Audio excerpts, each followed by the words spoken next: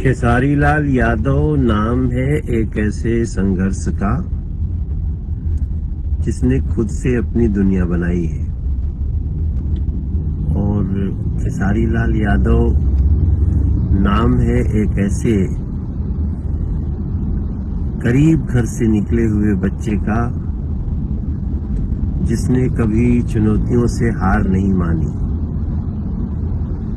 और अब उन्होंने अपने हुनर से, अपने टैलेंट से अपनी पहचान बनाई है। और वो मेरा छोटा भाई है।